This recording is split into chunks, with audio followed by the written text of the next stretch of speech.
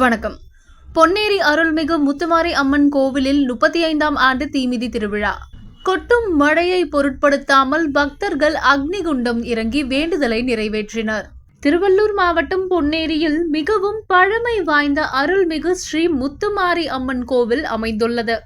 இக்கோவிலின் 35ஆம் ஆண்டு தீமிதி திருவிழா கடந்த வாரம் காப்பு கட்டலுடன் துவங்கி வெகு விமர்சையாக நடைபெற்று வந்தது. 10 நாட்கள் கோலாகலமாக விழா நடைபெற்று வந்த நிலையில் தீமிதி திருவிழா இன்று மிகவும் கோலாகலமாக நடைபெற்றது. தீமிதி திருவிழா துவங்கும் நேரத்தில் அப்பகுதியில் பலத்த மழை பெய்தது. காப்பு கட்டி விரதமிருந்த பக்தர்கள் மழையை பொருட்படுத்தாமல் அக்னிகுண்டம் இறங்கினர்.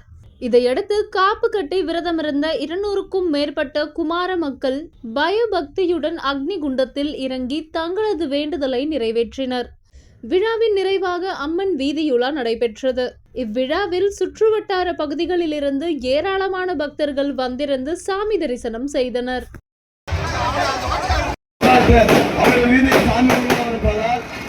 வழிபாடு செல்லும்படி அனைத்து கேட்டுக்கொள்கிறோம்.